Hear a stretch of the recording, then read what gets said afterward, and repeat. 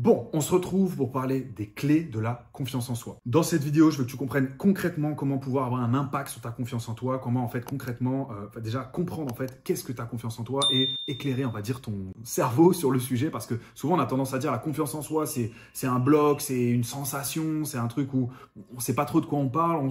Souvent quand on dit ouais, quand j'ai confiance en moi, souvent on va le décrire par des exemples. Tu vois, c'est un peu le truc de est-ce que tu peux m'expliquer ta confiance en toi? Bah je sais pas, quand j'ai confiance, je fais ça, je me sens comme ça. Tu vois, c'est pas vraiment palpable. L'idée, c'est vraiment que tu puisses comprendre concrètement toutes les interactions qui se passent dans ta tête pour que tu puisses avoir confiance en toi. Et que tu comprennes un petit peu de quoi on parle, en fait, voilà, tout simplement. Donc, concrètement, les 3 clés de la confiance en soi, c'est parti. Déjà, quand on parle de confiance en soi, je pense qu'on est d'accord, puisqu'on parle de sport, on parle d'être performant en compétition, on rattache ça à la notion de performance. Hein, je ne parle pas de confiance en soi dans la vie, etc. Là, je parle de confiance en soi sur un terrain, en compétition. Donc, la première chose qu'il faut que tu comprennes, c'est que la performance, elle repose sur plusieurs piliers. On va dire que les piliers, c'est un petit peu comme des blocs, un petit peu, voilà, comme si on avait des briques d'une maison. Alors, on va essayer de faire un truc un peu plus beau. Du coup, le premier pilier sur lequel tout va reposer, c'est le physique. Voilà, l'aspect physique, je ne vais pas te faire un dessin. Si tu veux être bon en compétition, ça reste la base de la base. Si physiquement, tu n'as pas les capacités d'exprimer ton jeu, d'exprimer ton savoir-faire, il ne va rien se passer. Tu peux être très fort techniquement. Si physiquement, tu n'as pas ce qu'il faut dans la machine, c'est comme une voiture qui n'a pas d'essence. Tu vois, elle peut rouler très vite, mais elle n'a pas d'essence. Donc, elle ne va peut-être même pas passer le bout de ta rue. Voilà, donc physiquement, on va dire c'est le premier gros pilier. Et je pense qu'on est tous d'accord pour dire que si tu n'as pas ça, déjà, tu ne pourras pas jouer en fait en compétition. Après, tout dépend du sport. Hein. Pas se mentir, si tu fais du golf, c'est peut-être pas le truc principal, même si physiquement, il faut être prêt quand même. Il ne faut pas négliger ce genre de truc-là. Ensuite, le deuxième pilier, c'est l'aspect technique. Voilà.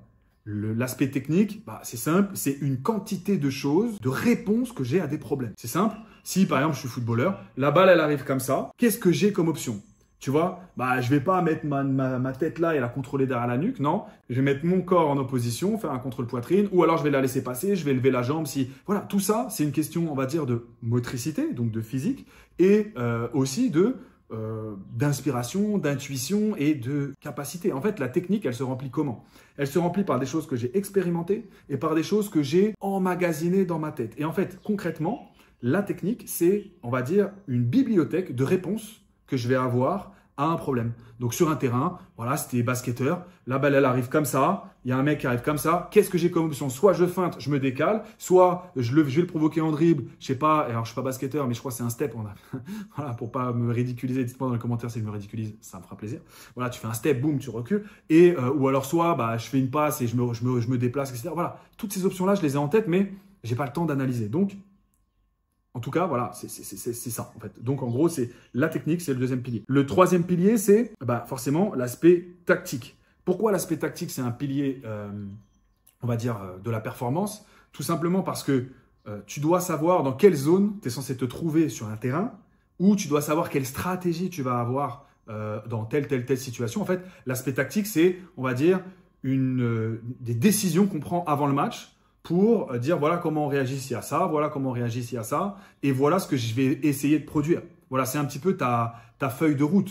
Tu vois ce que je veux dire? Donc là, on a les 3 piliers. On va dire que la plupart des sportifs vont avoir tendance à travailler, on va dire, naturellement, au quotidien. Voilà, ça, il n'y a pas de débat. Je pense que tous les sportifs ont conscience de ça. Maintenant, il y a un 4e pilier. Et le but, c'est que déjà que tu comprennes un peu l'interaction avec le pilier dont on parle, c'est-à-dire, c'est le mental. Le mental, souvent, les sportifs, tu vois, le mental, c'est un petit peu la confiance en soi, le mental, c'est un petit peu le truc. C'est souvent, on va mettre ça comme un fourre-tout, un petit peu le côté, ouais, voilà, il faut être bon, les grands joueurs, ouais, ils sont bons techniquement, et ils ont le mental, et tatati, et tatata. Ok, mais le mental, qu'est-ce que ça veut dire? Qu'est-ce que ça veut dire, le mental? Et où est-ce que ça se place déjà par rapport à ces piliers? En fait, moi, le mental, je le placerai ici. C'est-à-dire que le mental, c'est ce qui soutient tout le reste. Imagine que là, c'est une maison, tu vois. Voilà, on va dire que là, c'est... Voilà. Le mental, c'est un petit peu les fondations, tu vois. Donc là, on a le mental. Et en fait, pourquoi le mental, c'est important? C'est très simple, c'est parce que on part du principe que physiquement, tu es prêt. Comme je l'ai dit, ça, c'est une forme de base. Mais une fois que physiquement, tu es prêt, ce qui est juste, en fait, la base de la base de la base, si tu veux exister en compétition. Une fois que physiquement, tu es prêt, la chose qui va faire que tu vas être bon physiquement sur le jour du match, C'est déjà, parce que j'ai fait ma récup et tout ça, oui, il y a tout un aspect qui n'est pas mental, hein, on est d'accord. Mais il y a tout un aspect où je suis sûr que ça t'est déjà arrivé, tu arrives sur le terrain et, ou la veille du match plutôt, t'es bien, t'es plein d'énergie, tu te sens, il y a un feu intérieur et t'as qu'une envie, c'est d'aller au match et tu te dis, ouais, je vais faire ça, tu vois. Voilà, ça, je pense que ça nous est déjà tous arrivé, la veille du match, on est chaud. Et le matin du match, tu te réveilles et tu sais pas expliquer pourquoi, t'es tout mou. Mentalement, au niveau de ton énergie, t'es tout mou. Et tu vois bien que t'as beau être prêt physiquement, tu peux taper on va dire des semi-marathons, tu vois, faire du 15-15, des 10 km, tout ce que tu veux. Il y a des jours où, malgré le fait que tu sois prêt physiquement, tu ne saurais pas expliquer pourquoi. Tu te lèves ou tu vas à ton match et d'un coup, tu es mou, tes jambes, elles sont molles, ton énergie, elle est différente, tu vois. Donc ça, c'est un petit peu l'interaction qui existe entre le physique et le mental. Et bien évidemment, si physiquement, tu n'es pas bon, c'est pareil, mentalement, ça va t'impacter. Tu vas aller à ton match en disant, imagine que tu as une petite blessure ou quoi, ah là, je ne suis pas sûr de pouvoir accélérer. Voilà, c'est un petit peu compliqué d'envisager de faire un bon match tout en sachant que, tu vois, il y a une interaction. Mais le mental, à la fin, on va imaginer que c'est dans un climat, dans un contexte, on va dire logique, naturel de tous les jours. Le mental, c'est ce qui fait qu'en fait, physiquement, tu vas être bien. Ton niveau physique va se révéler. C'est-à-dire que j'ai bien travaillé, je suis capable d'enchaîner les efforts et je ne me sens pas mou. Je ne me sens pas les jambes un petit peu, voilà. Ensuite, sur l'aspect technique, là, c'est peut-être le plus flagrant, c'est celui que tu vas expérimenter le plus souvent. C'est très simple, l'interaction qu'il y a entre le mental et la technique, que c'est que le mental, c'est ce qui permet à la technique de s'exprimer. Si tu sais, on l'a dit, tu as plein d'options. Voilà. Ça, on va dire, c'est ton potentiel. Ça, c'est ton potentiel. Maintenant, ce qui va faire que tu utilises telle partie de ton potentiel, c'est le mental. Donc, ça, c'est tout ce que tu es capable de faire. Ton potentiel, c'est toutes les solutions que tu as en stock pour répondre à des problèmes. Mais si mentalement, tu es bien, tu vas t'autoriser à avoir une large palette de solutions. Donc, tu vas quasiment, on va dire, tu vois, là, je fais le rond du mental, utiliser toutes tes solutions. Et maintenant, si physiquement, tu n'es pas bien, si mentalement, pardon, tu n'es pas bien, qu'est-ce qui va se passer? C'est que tu vas utiliser, donc là, voilà, je fais le rond du mental, une petite partie de tes solutions. Et les petites parties des solutions que tu vas utiliser, en général, c'est que ce qui va concerner des gestes simples de sécurisation. Donc, en fait, ce qui va faire que tu vas être bon sur le terrain, pas parce que tu sais faire des choses, mais parce que tu vas les faire, c'est que mentalement, tu arrives, tu es bien. Mentalement, tu es prêt à utiliser la plus grande majorité de ton potentiel. Mais ça, il y a trop peu de sportifs qui le comprennent. Donc, ils arrivent, ils se disent mentalement, c'est être un guerrier, c'est en vouloir, c'est travailler comme un fou à l'entraînement. Mais ça sert à quoi de travailler comme un fou à l'entraînement si à la fin, c'est pour arriver le jour du match et avoir un tout petit, tu vois, une toute petite utilisation de tout potentiel. C'est-à-dire, je m'entraîne pour grandir mon rond de solutions, que le rond là, le rond noir, il soit le plus grand possible, pour à la fin avoir une petite utilisation. C'est comme si tu voulais aller acheter une Ferrari, ou une Porsche, ou ce que tu veux, je ne sais pas quelle est ta cam de voiture, et que tu me dises, moi, tu as vu, par contre, c'est pour rouler que dans des zones limitées à 30. Bon, il y a un peu l'effet, waouh, il a une belle voiture. Mais si tu aimes bien la vitesse, tu t'achètes une Porsche pour ensuite rouler à 30, je pense que tu vas être que frustré. Tu vois? Donc ça, c'est l'interaction entre le mental et la technique. Et ensuite, il y a l'aspect tactique. C'est pareil. C'est qu'on ne va pas se mentir. Si tu veux être bon tactiquement, il faut avoir ta lucidité. Il faut être prêt à comprendre les choses en temps réel. Sauf que si tu es saturé d'émotions, les émotions, c'est comme un filtre. Tu vois, tu mets des lunettes, je suis stressé, imaginons, boum. Alors le stress, est-ce que c'est une émotion, tout ça? Après, bon, les psychologues en PLS vont dire, non, le stress, c'est... Voilà. Imaginons que, voilà, le stress, c'est une paire de lunettes que tu vas mettre. Si tu regardes le monde à travers les yeux du stress, tu ne vas pas voir le monde pareil. C'est comme quand tu regardes BFM TV, pas se mentir, avec la qualité des nouvelles qu'on te donne, tu vas sortir de chez toi, tu vas dire... Ça se trouve, je vais me faire agresser, tout ça. Après, alors que, voilà, je touche du bois, mais moi, quand je sors de chez moi, je me sens, quand j'étais en France, je ne me sentais pas en insécurité particulière. Voilà. Ce que je voyais de mon quotidien, voilà. Mais si tu mets les lunettes du stress, ah ouais, là, tu vois plein de raisons de ne pas être bien. Et c'est pareil le jour du match. Si le jour du match, tu mets les lunettes du stress, il y a peu de chances que tu prennes les bonnes décisions tactiques. Et en fait, dans l'aspect tactique, il y a tout ce qui englobe les choix de jeu que tu vas faire. Parfois, les intentions de jeu, c'est-à-dire que, par exemple, imagine que tu subis un pressing au foot. C'est soit tu pètes la balle pendant tout le match, ou soit à un moment donné, tu te décides à dire, le mec qui arrive comme un fou sur moi, je vais simplement l'éliminer. Double contact, crochet, ce que tu veux. Voilà. Tactiquement, c'est ce qu'il faut faire. Est-ce que tu es lucide pour comprendre ça ? Est-ce que tu es lucide pour voir l'espace qu'il y a dans le dos du défenseur? Ou est-ce que finalement, mentalement, tu n'as pas ce qu'il faut aujourd'hui pour analyser les choses? Parce que la capacité d'analyse, c'est une partie du cerveau. La capacité, on va dire, tout ce qui va être émotionnel, c'est une autre partie du cerveau. Donc, ça veut dire qu'en gros, sur quelle partie du cerveau tu vas être branché? Une capacité, est-ce que ta capacité analytique, la compréhension, l'analyse en temps réel va être connectée à toi le jour du match? Ou est-ce que ça ne va pas être connecté à toi le jour du match? Voilà l'aspect mental enfin, l'influence du mental sur la tactique. Et donc, du coup, on en arrive à ce constat simple. C'est qu'en fait, je pense que tu dois développer plusieurs sortes de confiance en toi. Donc, la première confiance en toi que tu dois développer, donc c'est là qu'on en arrive, c'est sur l'aspect physique. Physiquement, tu dois avoir confiance en ton corps. C'est pour ça qu'il faut bosser physiquement. C'est un peu la base. Physiquement, tu dois avoir confiance en ton corps.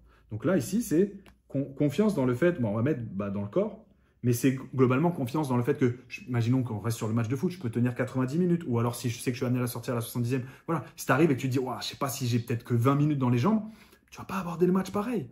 Tu vas avoir des paramètres en tête qui vont te... Voilà. Donc, il y a une confiance au niveau physique, il faut avoir confiance en son corps. Donc ça, c'est essentiel, il faut la travailler. Mais j'ai envie de te dire que si tu es à un certain niveau, en N3, en N2, en N1 par exemple, c'est la base, tout le monde est prêt physiquement. C'est pour ça que j'en parle pas, parce que je parle à des joueurs de compétition.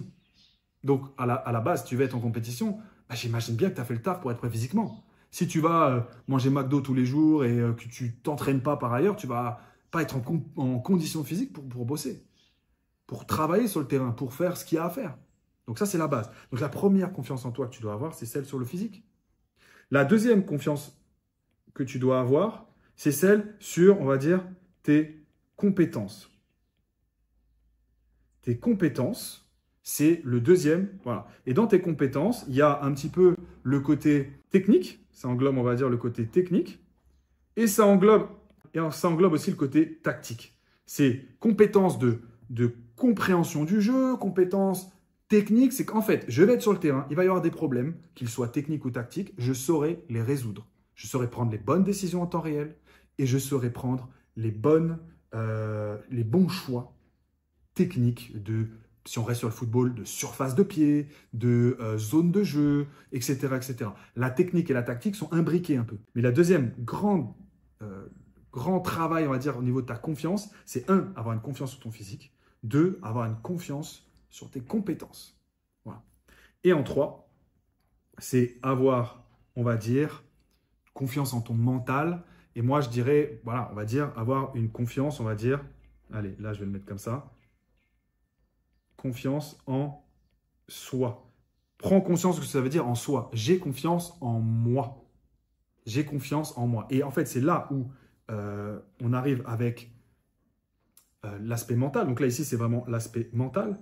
Mais dans la confiance en soi, c'est ça qu'il faut que tu comprennes. C'est que là, on a 3 clés de confiance en soi. C'est-à-dire que voilà, voilà.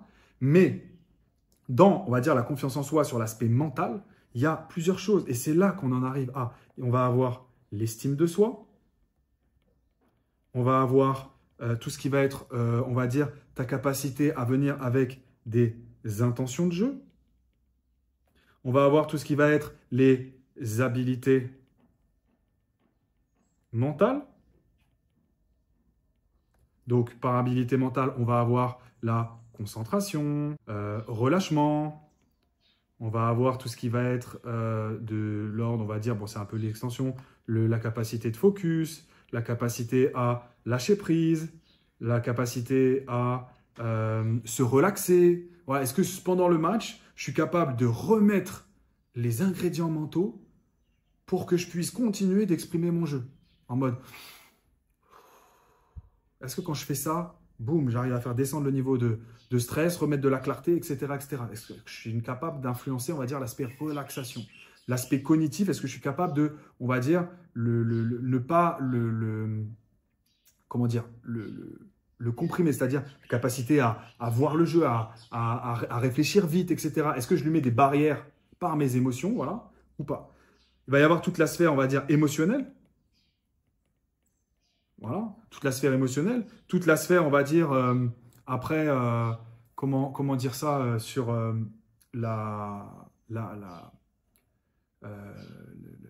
fait de mettre ou pas dans des cercles vicieux. En fait, c'est le fait de gérer, on va dire, les événements d'un match. Donc, tu vas avoir la sphère émotionnelle, la sphère, on va dire, allez, tout est lié, mais c'est pour te dire événementiel, tu vois, les événements. Voilà. C'est-à-dire, est-ce que je suis capable de réagir, la réaction, voilà, c'est ça que je cherchais, la réaction aux problématiques qui vont être posées d'un point de vue mental. Est-ce que je suis capable de réagir à tout ça? Bref, en fait, c'est pour te dire que la confiance en soi, c'est pas quelque chose genre un seul et même truc, genre j'ai une note de confiance en soi. En fait, la confiance en soi, c'est une moyenne de plein de notes et des choses qui en fait sont essentielles à la performance qui se travaillent. Si tu ne travailles pas toutes ces choses-là, en fait, tu vas pas pouvoir être bon, tout simplement. Donc l'aspect confiance en soi, c'est en fait du travail précis mentalement pour arriver concentré au match, pour arriver relâché, pour avoir des intentions de jeu, pour avoir un bon niveau de lâcher prise, pour avoir voilà, j'ai oublié la sphère, on va dire, motivationnelle. La sphère motivationnelle au quotidien, avoir une bonne endurance mentale. Voilà, ce qui me permet après d'aller travailler l'aspect physique, l'aspect compétence, parce que je vais être capable de répéter les efforts, pas sur une semaine, mais sur des mois et des années qui vont faire une carrière. Voilà. En fait, il y a plusieurs choses, mais la confiance en soi, c'est un fourre-tout. Dans lequel, et c'est comme le mental, c'est un peu un fourre-tout. Ouais, le mental, on a dit ça, on n'a rien dit. La confiance en soi, c'est un fourre-tout dans lequel, en fait, il y a énormément d'habiletés mentales, on va appeler ça comme ça, à travailler. Si tu ne les travailles pas, ne t'étonne pas d'avoir des irrégularités dans tes performances. C'est comme si, bah oui, imagine, tu es très, très, très fort physiquement pour tenir tout un match. Par contre, dès que tu changes de rythme, que tu accélères, boum, tu es KO. Ça veut dire que oui, tu as une très, très bonne endurance, on va dire fondamentale. Enfin, ça, c'est travaillé, que tu es capable de voilà. Alors, je ne suis pas préparateur physique, mais c'est endurance... force, je ne sais plus comment ça s'appelle, bref, les prépas physiques, dites-moi. Tu vas avoir après tout ce qui va être la répétition des efforts à haute intensité. Ce n'est pas du tout la même chose. Et voilà, et si tu as un bon prépa physique, il va te faire travailler tous les aspects. Les appuis, la proprioception, etc., etc. Mais le mental, c'est pareil. Le mental, c'est pas juste quelques conseils. La confiance en soi, c'est pas juste recevoir quelques conseils, blablabla. C'est du travail. Donc, si tu veux commencer à avoir un vrai impact sur l'un des piliers de la performance qui est le mental, il va falloir que tu commences à travailler toutes ces choses-là. Voilà. Si tout ce sujet-là t'intéresse, je t'ai préparé une vidéo dans laquelle tu vas pouvoir avoir beaucoup plus d'informations sur le comment que tu vas trouver en description de cette vidéo YouTube. Ce que je te propose, c'est de me commenter la réaction. Toi, est-ce que tu découvres ce sujet-là? Est-ce que tu as conscience de tout ça? Comment, toi, tu définirais ta confiance en toi? Bref, ça m'intéresserait de savoir un petit peu ton avis, toi, sur le sujet, pour comprendre un petit peu, toi, comment tu raisonnes par rapport au mental, à la confiance en soi. Voilà. En tout cas, merci d'avoir regardé et je te dis à la prochaine.